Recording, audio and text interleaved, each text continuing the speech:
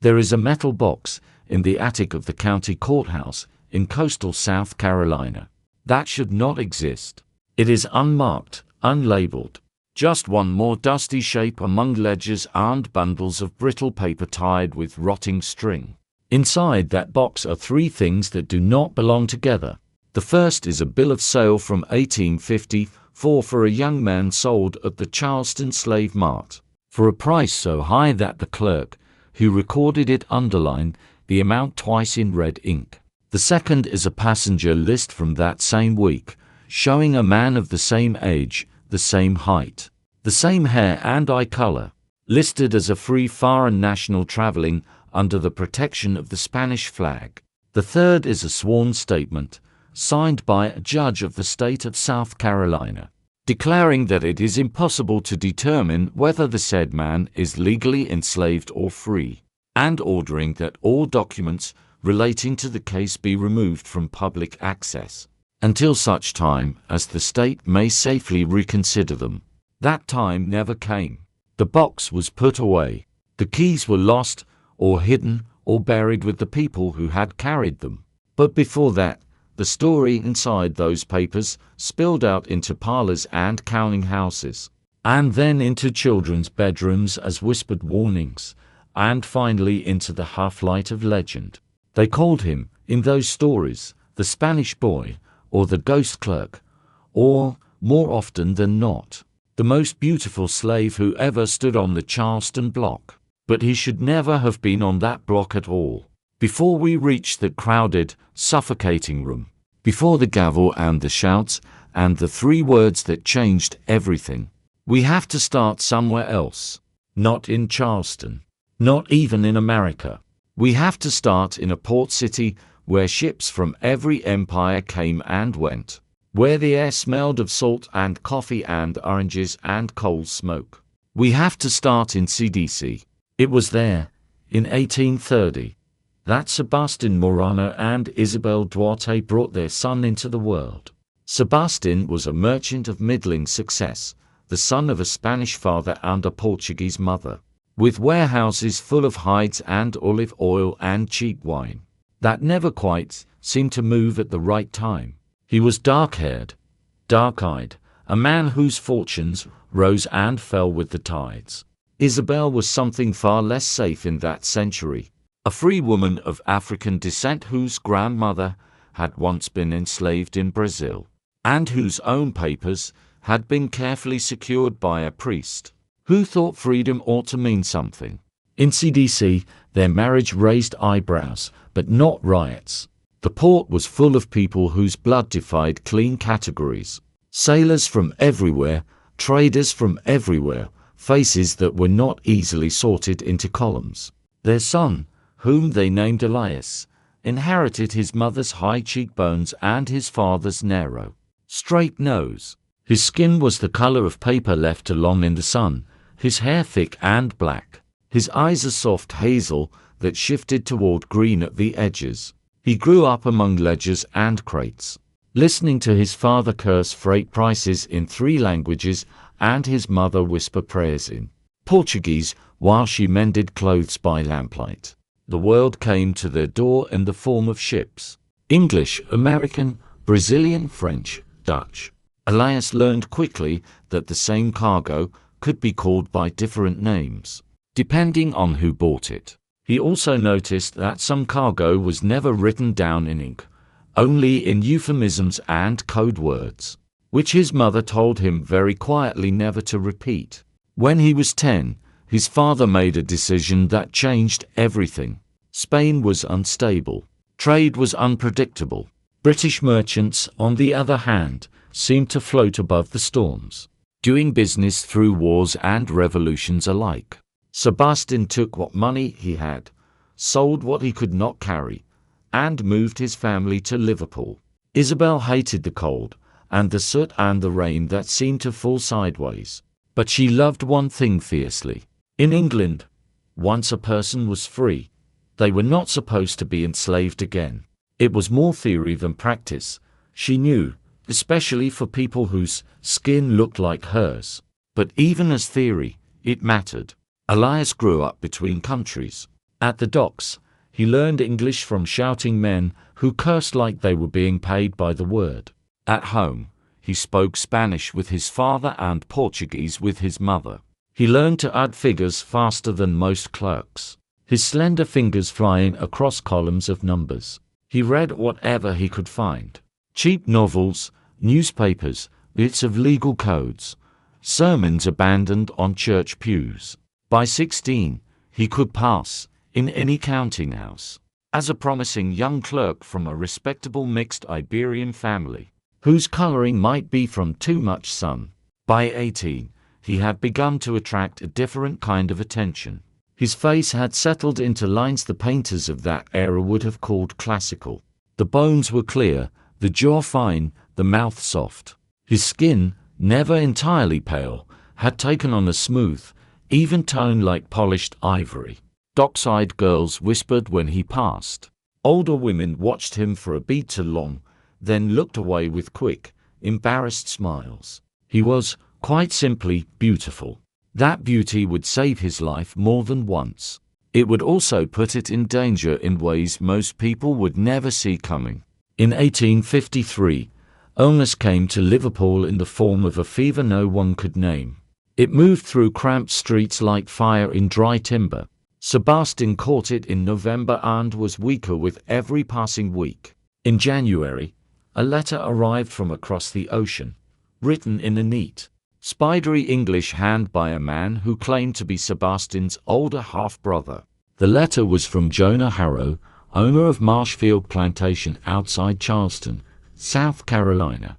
He wrote, recently learned through a coincidence of shipping records and an old family Bible, that he and Sebastian shared a father. Their father had been an English sailor who had left one family in Carolina and another. Years later, somewhere on the Iberian coast. I cannot repair the past, Jonah wrote, but I can alter the future.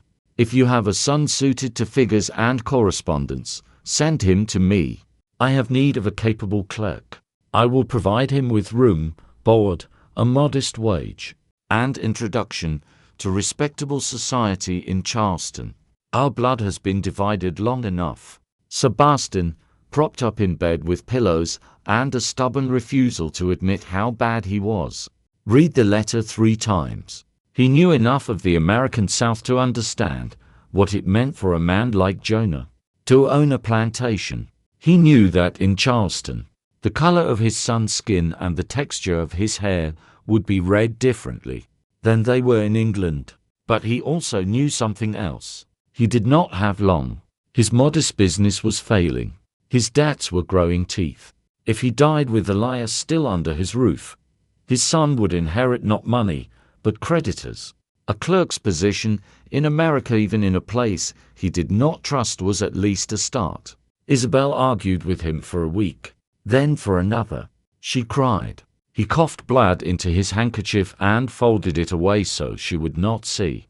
In the end, he wrote back. He accepted Jonah's offer. He spent 2 more weeks gathering every document that proved who Elias was. A baptismal record from CDC listing his parents' names. A British registry of foreign residents confirming his mother's free status. A letter from an English solicitor explaining that under British law, Elias could not be legally held as a slave. He placed them, with shaking hands, into a worn leather folio and put that folio into Elias' hands. These, he said, and his voice broke, are you?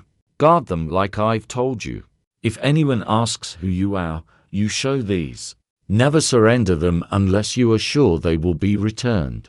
Do you understand? Elias understood, because he could see his father's fear. In March, he boarded a ship in Liverpool bound for Charleston.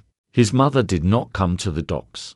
She stood at the window of their small house and watched the grey city blur through her tears, until the ship had gone and the day was old. She knew in a way that had nothing to do with documents or laws, that the ocean between them was not water. It was a line. On one side, her son was one kind of man. On the other side, he might become something else entirely. The voyage took 6 weeks. Elias spent most of it reading and writing and staring at the shifting line of the horizon. He imagined his uncle as a version of his father, perhaps taller, perhaps sterner, but fundamentally decent. He did not imagine the man actually waiting for him at the edge of the rice fields of South Carolina. He did not imagine Jonah Harrow. Marshfield Plantation stretched along the tidal river like a pale scar. The main house was 3 stories of white-painted wood, fronted by a double row of live oaks draped in gray moss that turned sunlight into green-tinted shadow. Behind it, the land fell away into a shimmering patchwork of flooded rice fields, their water catching the sky. Elias arrived on a hot April morning, the air thick with insects, and the smell of mud and something bitter, he would later learn, was the scent of rotting vegetation that all rice planters called the miasma. Jonah was waiting on the front steps of the big house. He was tall and spare, with hair going white at the temples and a face like carved wood. His eyes were a pale, cold gray.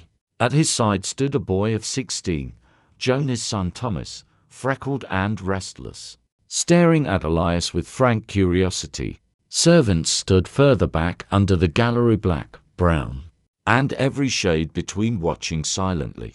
Elias stepped down from the carriage, feeling every eye on him. He wore his best coat, dark and well-brushed, the shirt his mother had mended 3 times and ironed the night before he left, boots polished to a dull shine. He carried 1 trunk and the folio his father had given him, wrapped in oilcloth against the damp. "Uncle Jonah," he said, in careful English, "I am Elias." For a moment, Jonah did not move. He simply looked. Elias knew that look. He had seen it on the faces of Englishmen in Liverpool when they were trying to decide whether he was swarthy in the way a Spaniard might be or in the way that meant something else. In CDC, his skin had made him one kind of man. In Liverpool, it had made him another. In South Carolina, he watched it do something else entirely. Jonah's gaze moved from Elias' face to his hair, to his hands, to the line of his jaw. Then, just briefly, to the small half-moon of pale skin visible at his collar, where the sun had not touched. "Welcome to Marshfield, nephew," Jonah said at last. His voice was smooth, with a light English accent that had never quite been worn away by years in America. He held out his hand. Elias took it, and Jonah's fingers closed around his in a grip that felt more like a test than a greeting. "You've had a good voyage." "It was long," Elias said, "but I am here." "Indeed you are," Jonah replied. He looked past Elias to the carriage driver, issued a few short orders about the trunk, and then turned back. "You'll find our climate different from what you're used to," he said. "Well, speak more in my study. There is business to discuss. Thomas, show your cousin the way." Thomas grinned, eager for any assignment. "This way," he said to Elias, in the easy, familiar English of a boy who had never had to choose his words carefully in his life. Elias followed him into the house, the coolness of the shaded hallway a momentary relief from the sun. Jonah's study was a high-ceilinged room lined with bookcases and dominated by a large desk, piled with ledgers. A map of the Rice Coast hung on one wall. On another, the Harrow family tree had been painted directly onto the plaster, beginning with the sailor in 1770 and branching outward in names and dates. Elias noticed, very quickly, that his father's name did not appear anywhere. "Sit," Jonah said, pointing to a straight-back chair in front of the desk. Thomas vanished. The door closed. The room felt suddenly much smaller. "You have your papers?"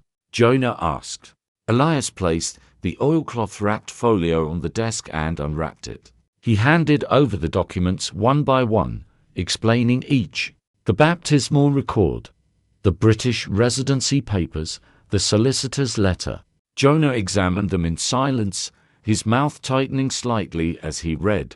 When he finished, he stacked them neatly, tapped the edges even, and set them to one side. "Your handwriting," he said. "Show me." Elias took a fresh sheet of paper from the corner of the desk and a pen. He wrote a few lines in Spanish, then in English. He listed numbers down the margin and added them aloud as he went, the way his father had taught him. Jonah watched his hand with the sharp attention of a man appraising a tool. Languages: Spanish and English, Elias said. Some Portuguese. You read well in all. Yes, sir. Jonah nodded slowly. You will sleep over the back gallery, not in the cabins, he said. You will eat in the kitchen, not at my table. You will keep the books for Marshfield and write letters when I dictate them. You will not leave the property without my permission. You will not share your mother's ancestry with anyone. Do you understand? The last sentence was spoken very softly. Elias felt the air press on his chest. Yes, sir, he said. Jonah regarded him for a long moment. You are not a child, he said. And you are not a fool. You know where you are, yes. In this place. Your blood on your mother's side is considered, he paused, a complication. These papers tell one story. Our law tells another. I have brought you here as my clerk. I will treat you as my clerk. As long as you are under my roof, you will have my protection. But understand this clearly, Elias. Outside Marshfield, there are men who would need only a glance at your face to decide you are something else. And there are men who would pay well to own someone who looks like you and can write their letters. He reached out and laid his hand on the folio. These papers, he said, I will keep in my safe, for your own safety. If you carry them and lose them, they do you no good. Here, they are secure. Elias felt again that cold, clear instinct that had sat in him since he stepped off the ship. He should not let go of those papers. He should take them, put them back in his trunk, and find some cheap, narrow room in the city where no one cared what he was as long as he paid the rent. But he saw something in Jonah's eyes that made the choice sharper. His uncle was not asking. He was informing. Yes, sir, Elias said again, and watched as the folio left his hands. That night, in his narrow room above the back gallery, he lay awake listening to the chorus of frogs from the rice fields, and the faint sounds of footsteps on the gallery outside his window. He imagined the folio sitting inside a metal box in his uncle's safe in the study below. He tried to tell himself what his father would have said. Trust family, trust the law, trust the paper. But all he could feel, lying in the dark in a country where freedom and slavery could be argued over like prices, was the sense that he had just given away his own reflection. He did not sleep much.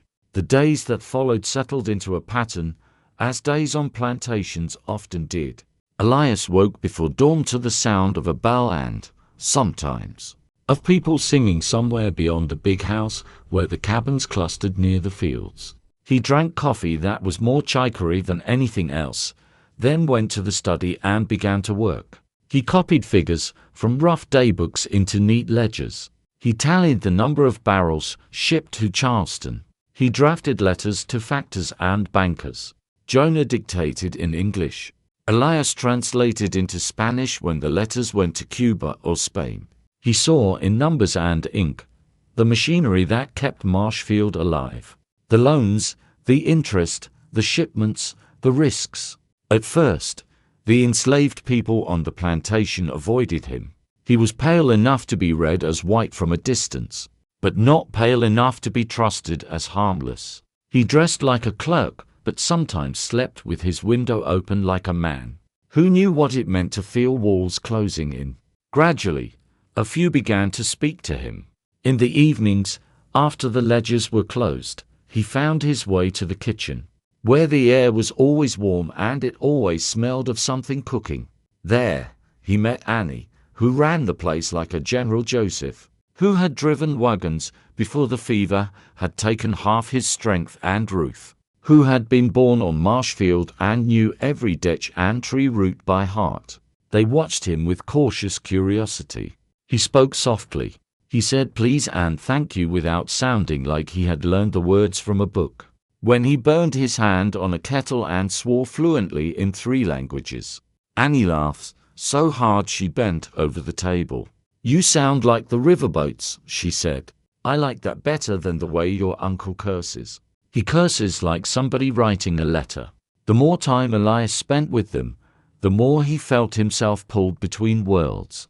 By day, he sat in the cool, hushed study with Jonah, writing in neat lines that would decide how many pounds of rice someone's labor was worth. By evening, he sat on the back steps with Joseph and Ruth, listening to them talk about children and sickness, and which patches of the fields were worst for snakes. He slept, precariously, in the crack between white and colored, between family and property. Jonah kept him there carefully. Elias saw very quickly that his uncle did not drink to excess, did not beat his slaves for sport, did not rant or rave. He also saw that Jonah could count the value of a human life as quickly as he could count the barrels in his warehouse. From the beginning, Marshfield was in trouble. The last 2 harvests had been poor. A hurricane had chewed away part of the riverbank, taking an entire section of field with it. Jonah had borrowed to cover costs and was now paying interest to men in Charleston, who did not care about the weather when they called in debts. It was, Elias thought, like watching a man try to keep a leaking boat afloat by scooping water with his bare hands. One afternoon, about 6 weeks after Elias arrived, Jonah spread a stack of promissory notes across the desk. "Read these," he said. Elias did. He saw the pattern at once. Liabilities climbing, assets thin and stretched. "You have land," he said carefully, "and people, and some credit. But your cash is," he searched for a polite word. "Fictional," Jonah supplied dryly. "Yes, I am aware. You could sell some land," Elias suggested. "And with it, the fields that land feeds," Jonah replied, "leaving me with debt and fewer ways to pay it." He leaned back in his chair. "If I had $20,000 in the next year, I could clear the worst obligations and set the place to rights." 20,000 was a number Elias was used to only seeing attached to lots of land or ships. "Is there anyone who owes you money?" "No one who can pay," Jonah said. He let the silence sit for a moment, then added, almost casually, "There are, however, things a man can sell for very good prices if he is willing to endure the gossip." Elias did not ask what he meant. He knew. Everyone on Marshfield knew. Rumors moved through slave quarters faster than wind. He had heard of men in Charleston who bought fancy boys and fancy girls the way others bought rare paintings, not for what they could do, but for how they looked. Elias went back to his work and tried not to think about the calculation. He had just seen flicker behind his uncle's eyes. Summer turned the low country into something almost uninhabitable. The heat was thick, the mosquitoes maddening, the air heavy with rot. Planters fled to houses in Charleston or further north, leaving overseers to handle the work. In August, Jonah announced that he would be spending several days in the city on business. "You will come with me," he told Elias. "I have letters that must be written on the spot, and I wish to present you to a few gentlemen. You will find it instructive." They traveled by boat downriver and then by carriage into Charleston, arriving under a white sky that seemed to press down on the chimneys and steeples. The city smelled of tar, fish, stale beer, and human sweat. Horses clattered on cobblestones. Women stepped carefully around puddles in narrow, bright dresses that showed more embroidery and less flesh than the clothes Elias was used to in Liverpool. The first thing he noticed, beyond the smell and the sound, was the way people walked. White traders and their families moved in straight lines, occupying the center of the streets as if they owned them, which, in many cases, they did.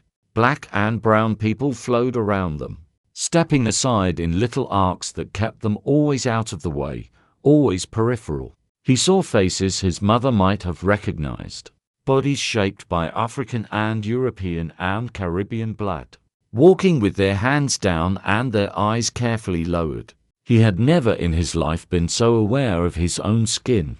Jonah took him to a counting house near the harbor, where a man named Mr. Bigelow nodded politely and pretended not to stare as Jonah explained that his new clerk was fluent in Spanish and ready to write letters to their partners in Havana. They visited a bank, where another man with careful whiskers and wary eyes greeted Jonah with a smile that did not reach his pupils. Elias watched money change hands in the form of signatures and promises. In every room, the same thing happened. People looked at Jonah with one set of calculations in their eyes. Then they looked at Elias, and another set began. Women's conversation slowed when he entered. Some of them smiled at him with an interest that made him uncomfortable. Others whispered behind gloved hands. Men watched him like they would watch a valuable horse evaluating bone structure, muscle, potential. It reached a point where Elias began to feel less like a person and more like an item. By the second day, he knew Jonah had seen all of this. He also knew Jonah was not displeased. That night, in their lodging house, Jonah sipped weak tea and spoke as if commenting on the weather. "You have made an impression," he said. Elias said nothing.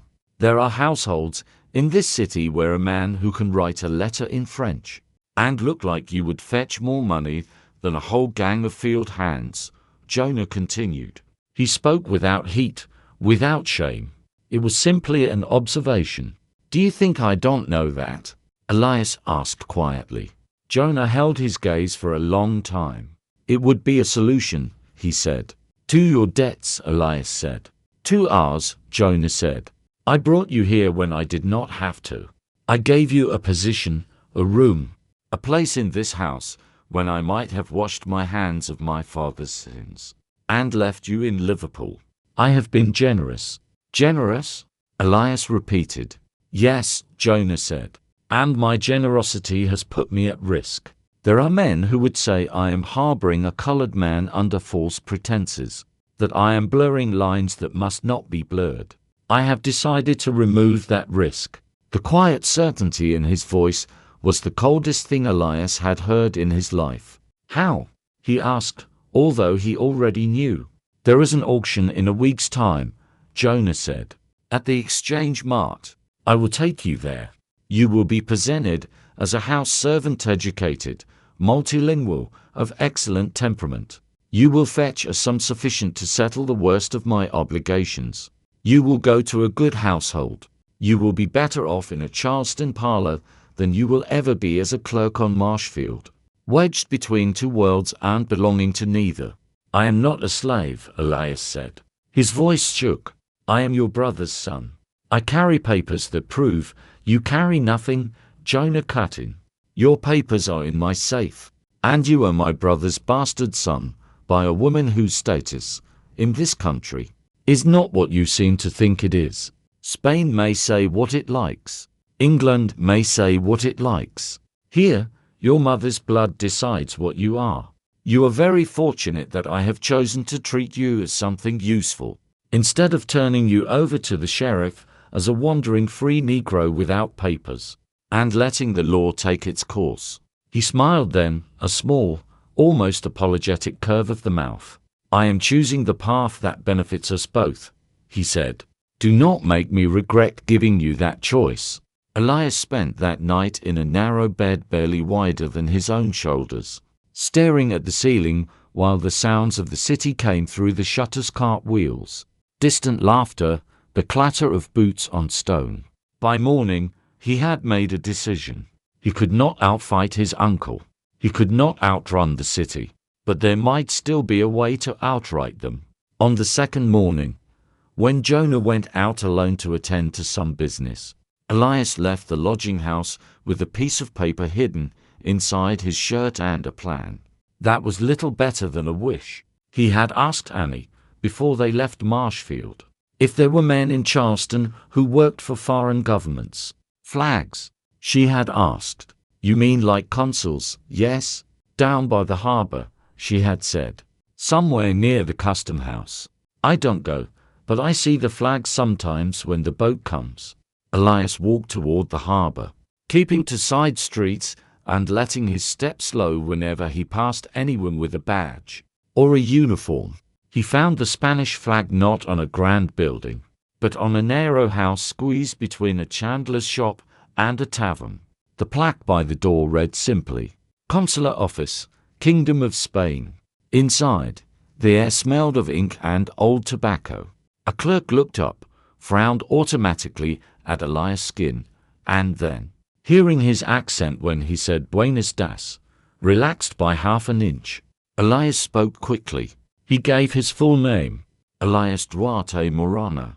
He explained, in precise, formal Spanish, that he was a subject of the Spanish crown whose papers had been taken by his half-uncle. In South Carolina, he explained that his uncle intended to sell him as a slave, in defiance of his status as a free man. He did not dramatize. He did not plead. He simply laid out the facts. The clerk, whose name was Ortega, listened with the wary patience of someone who had heard too many implausible stories. "Do you have any proof?" he asked. "I had papers," Elias said. "They are in my uncle's safe at Marshfield. I have nothing now except my word." Ortega sighed. "There is little we can do without documents," he said. "If you were on a Spanish ship, we could claim you as crew. If you were in a Spanish port, the law would be clearer." Here he spread his hands. Elias nodded. He had expected as much. "Then I ask this," he said. "I will write down everything I have told you. My name, my father's name, my mother's name, the dates, the places. When my uncle takes me to the auction and he will someone from this office must come. They must be there to hear what I say. They must be able to say that I spoke, that I claimed who I am. If nothing else, I want it on record. I do not want to vanish without leaving a mark anyone can read." Ortega looked at him for a long time. "You understand that even if we send someone, and even if they support you, it may not save you," he said. "Yes," Elias said. "Then why ask?" "Because my father told me once," Elias replied, "that your name is the only thing they cannot take unless you give it to them. I will not go onto that block nameless." Ortega looked at him in silence, then nodded once. "Write," he said. "Write everything." Elias wrote, as if his hand were on fire. He wrote his name, his parents. He wrote CDC and Liverpool and Marshfield and Charleston. He wrote the date of his birth, the date he left England, the date he arrived at Marshfield. He wrote that his papers existed, even if they were beyond his reach for now. He wrote that his uncle meant to sell him at the Exchange Mart in 7 days' time. He signed his name and slid the paper toward Ortega. "Someone will come," Ortega said. "I cannot promise how much noise they will make, but someone will come." When Elias walked back into the lodging house, his shirt stuck to his back with sweat. Jonah was waiting in the hall. "Where have you been?" he asked. His voice was mild. His eyes were not. "Walking," Elias said. "I wanted to see the city." Jonah watched him for another long, weighing moment, then nodded. "You will have plenty of opportunity to see it," he said. "Come. There are contracts to be copied." The week that followed moved like a dream and like a nightmare. Some part of Elias kept thinking that something would break the spell, that Jonah would change his mind, that the consulate would step in early, that a letter would arrive from Liverpool telling him his father had miraculously recovered, and reversing everything. None of that happened. On the morning of the auction, Jonah brought him to the Exchange Mart. The building was large, with high ceilings and a central hall that smelled of sweat and lime wash and fear. In the middle of the hall stood a low wooden platform with a rail around it. Men and women and children stood in small groups to one side, waiting, some with eyes dull, some with eyes that burned. Elias had seen slaves before. He had never seen them like this, lined up, inspected, prodded, mouths open to show teeth, as if they were animals at a fair. "I will present you after the first lots," Jonah said quietly. "Stand up straight. Answer no questions. Let me speak for you." Gage, the overseer, was there, his big hands folded, his face expressionless. Elias stood in the shadow of a column and watched as families were sold apart. He watched a young girl in a calico dress clutch at her mother's skirts until a man in a blue coat pried her fingers away and carried her up the aisle like a sack of grain. He watched a boy no older than Thomas stare at the floor while numbers were shouted over his head. Then his name, or rather, the name Jonah had chosen for him, was called. Lot number 32, the auctioneer announced. Male, 24 years of age. House servant. Literate in English and Spanish. Able clerk. Good disposition. Property of Mr. Jonah Harrow of Marshfield Plantation. The crowd shifted, as if a breeze had moved through it. Elias stepped up onto the platform. The light from the high windows made everything too bright. He felt it on his face, on his hands. He felt dozens of eyes land on him at once. Conversations dropped off. The auctioneer, a man named Kendrick, paused for half a second before continuing. Men's faces changed as they took him in. Some softened with appreciation. Others hardened with something that looked like greed. Women whispered. One put her hand to her throat without seeming to know she had done it. Elias stood very still. He wore the clothes Jonah had chosen. A clean white shirt, dark trousers, boots polished until they shone. He had been told to wash, to comb his hair, to stand straight. He looked, he realized, like a portrait again. But this one had a price attached. Kendrick began. Shall we start at $1,000? He asked. A hand went up at the back of the room. 1,000, Kendrick called. Do I hear 1,200? Another bid. Elias did not look at the bidders. He kept his eyes on a blank patch of wall at the far end of the hall. The numbers climbed. 1,500, 2,000, 2,500, 3,000. Someone called. The air in the room changed. Kendrick's eyebrows twitched. 3,000, he repeated. Do I hear 3,500? 35, came a woman's voice from near the front. Elias did not look at her. 4,000, 4,500, 5,000. At 5,000, a murmur ran through the crowd. At 6, it grew louder. By 7,000, only 2 bidders remained. A wealthy attorney with 2 bright buttons on his waistcoat, and a widow known for keeping a house on a fashionable street, where the servants were all light-skinned and unusually well-dressed.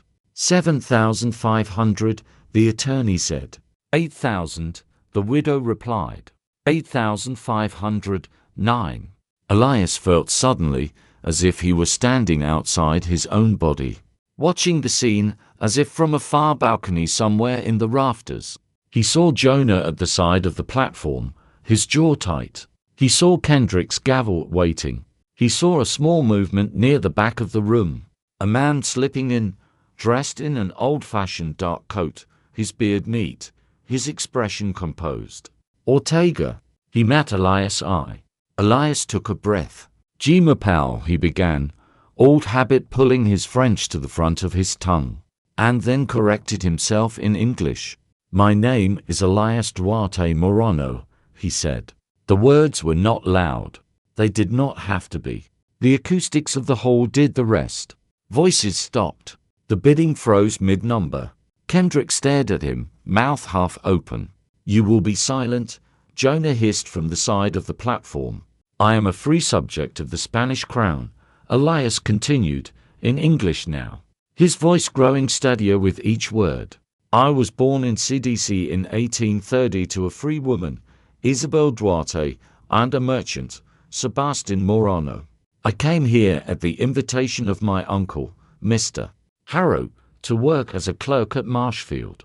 He took my papers and now attempts to sell me as a slave. A sound moved through the crowd, not quite a gasp, not quite a growl. Kendrick recovered himself. You were told to keep your mouth shut, boy, he snapped. You have no standing to address this assembly. I have more standing than this block does, Elias said, because at least I am alive. My testimony has been given to the Spanish consulate. Any man who bids on me today and attempts to claim ownership of me will be doing so in defiance of that testimony and of Spanish law. Someone laughed, high and nervous. Spanish law don't mean a thing in Charleston, boy, another voice said. Perhaps not, a new voice answered, but Spanish ships and Spanish trade mean a great deal. The man in the dark coat Ortega had come forward. He did not mount the platform, but he stood close enough that everyone near the front could see his seal and the document he carried.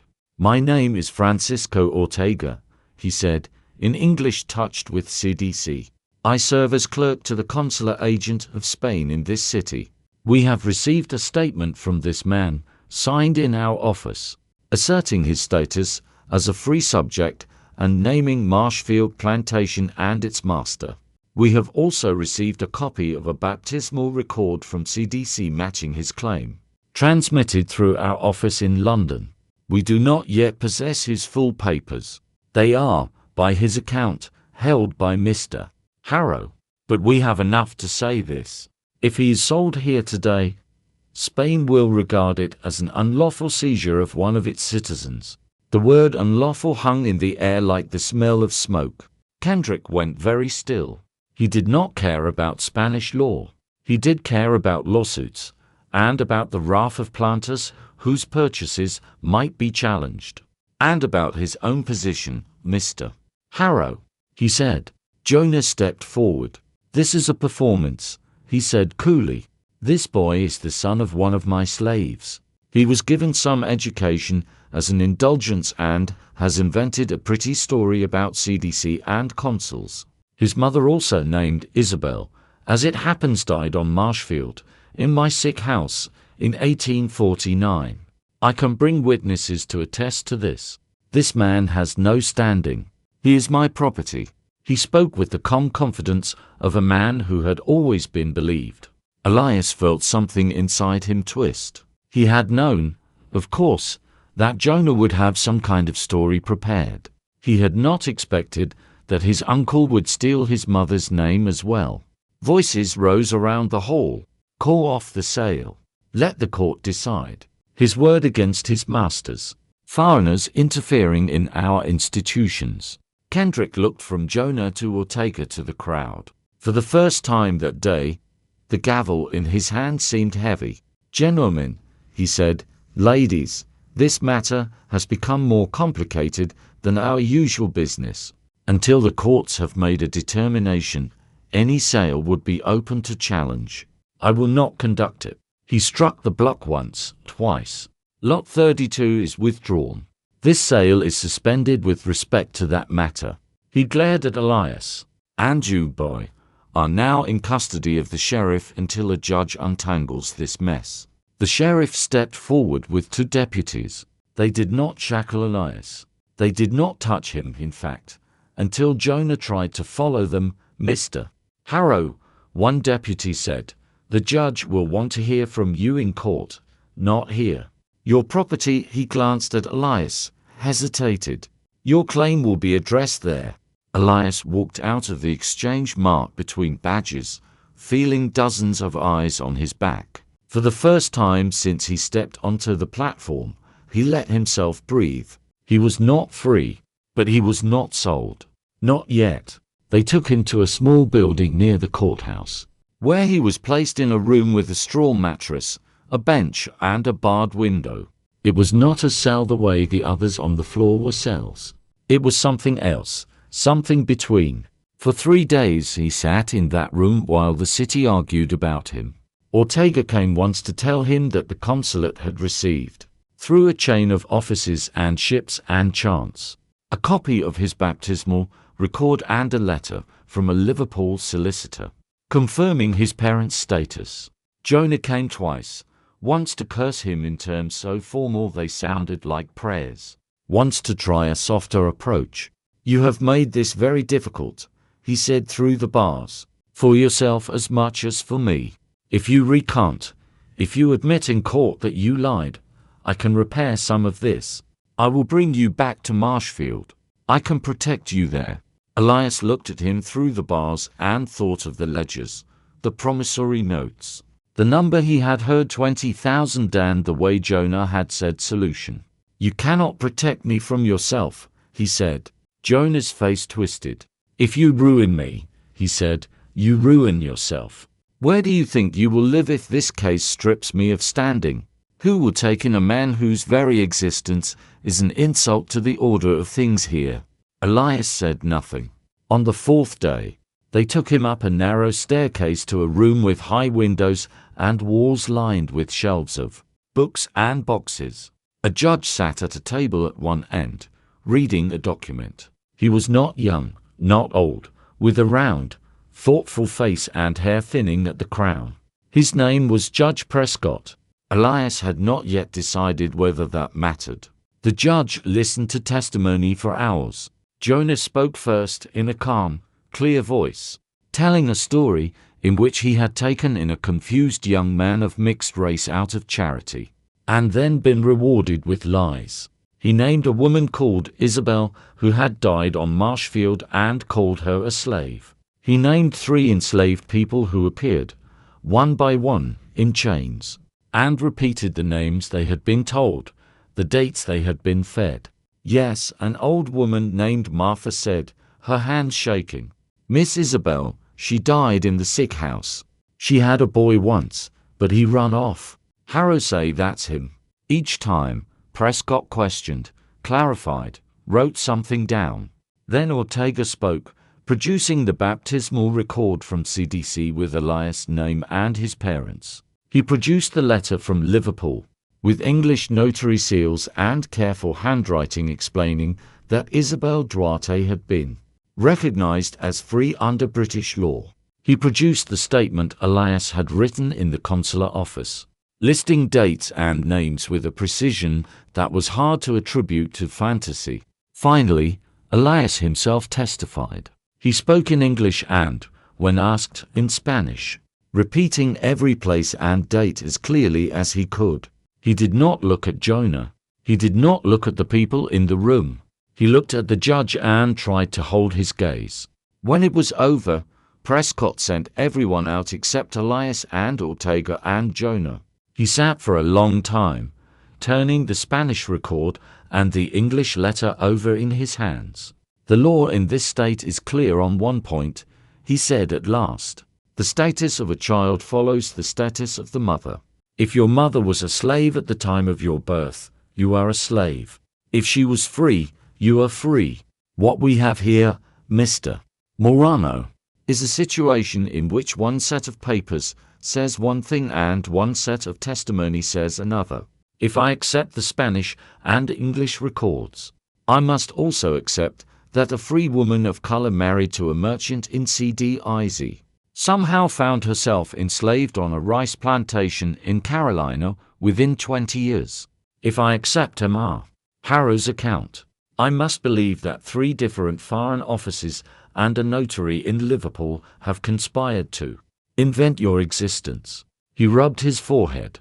I do not find either story entirely satisfactory, but I find the idea of foreign governments falsifying records over a man like you. He looked at Elias with tired eyes, less likely than a planter stretching the truth to protect his own interests. Jonah's jaw clenched. With respect, Your Honor, silence, Prescott said. He looked down at his notes again. However, he continued, this court does not have the power to compel Spain or England to take custody of you. I cannot put you on a Spanish ship and wave farewell. I can only rule on the matter before me, whether you are, in law, the property of Mr. Harrow. He paused. In that matter, I find that Mr. Harrow has not met his burden of proof. His witnesses are enslaved people whose testimony may have been influenced by their dependence on him. Jonah made a choking sound. Prescott ignored it. The sale held at the Exchange Mart is void, he said. You, Mr. Morano, cannot be sold as a slave by Mr. Harrow or by anyone claiming through him. Elias felt something in his chest unclench, but Prescott was not finished. That does not mean, he said, that this state recognizes you as entirely free. Your situation is anomalous. If you remain here, without clear, local proof of your mother's status, There will always be those who will challenge you, question you, try to drag you back into the market. Therefore, this court recommends strongly that you remove yourself from this jurisdiction as soon as practicable. Until you do, you will be under the informal protection of the Spanish consulate.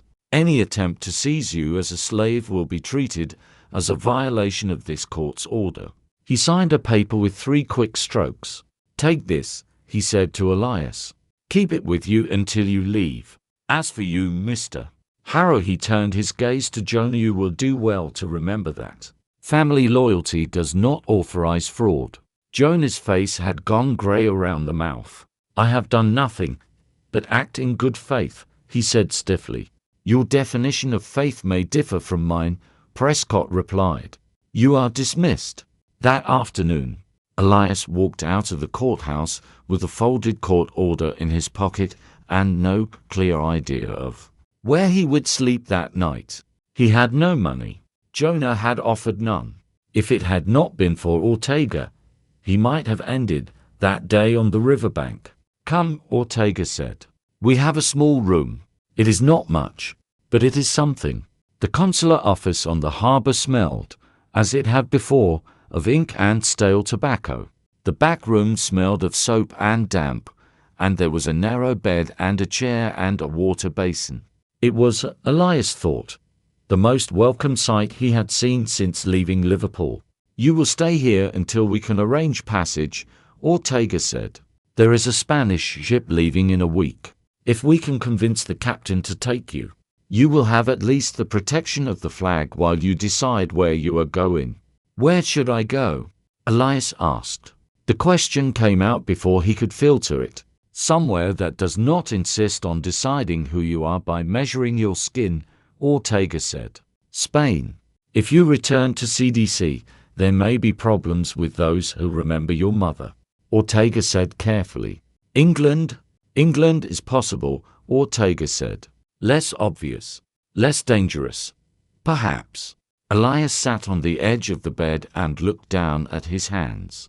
They were the same hands that had written figures in Liverpool.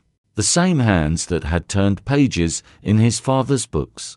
They had also, in the last months, written ledgers that had turned human beings into numbers. He did not know what to do with that. For a week, he stayed in the consular room. He ate bread and soup. He watched ships come and go through the small window over the harbor. He thought about his mother, sitting by the window in Liverpool, watching the rain. He thought about his father, whose body had almost certainly been lowered into English ground by now. He thought about Marshfield, the hot fields, the frogs at night, Annie's laugh in the kitchen, Jonah's quiet patience in the stable. He did not think about Jonah himself, because whenever he did, his jaw clenched until his teeth hurt. On the 7th day, Ortega came in with a scrap of paper in his hand. The Mara del Sur sails at dawn tomorrow, he said. She will go first to Havana, then to CDC, then perhaps to London. The captain is willing to take you. He knows enough of your story to be cautious. Once you are aboard, you will be under Spanish law. Will they follow? Elias asked. Who? Men like my uncle. Ortega smiled, but there was nothing amused in it. Men like your uncle do not like to follow, he said. They like to stand still and let others come to them. If you go far enough, they will eventually pretend you never existed. It is how they live with themselves. That night, Elias did not sleep at all. He stood at the window and watched lanterns move along the docks. He imagined walking back to Marshfield, knocking on the door of the kitchen, hearing Annie scream with relief and Joseph shake his head and Ruth scold him. He imagined Jonah's face if he did. He imagined himself staying in Charleston, fighting every challenge, waving his court order in the faces of sheriffs and clerks until the paper were thin. He imagined being dragged off a street corner one night when no one was watching, and waking up in Georgia with a new name written in someone else's hand. At dawn, he took the folded order from Judge Prescott and the letter from the consulate, put them in his pocket, and walked with Ortega down to the harbor. Fog lay low on the water, turning the masts into ghosts.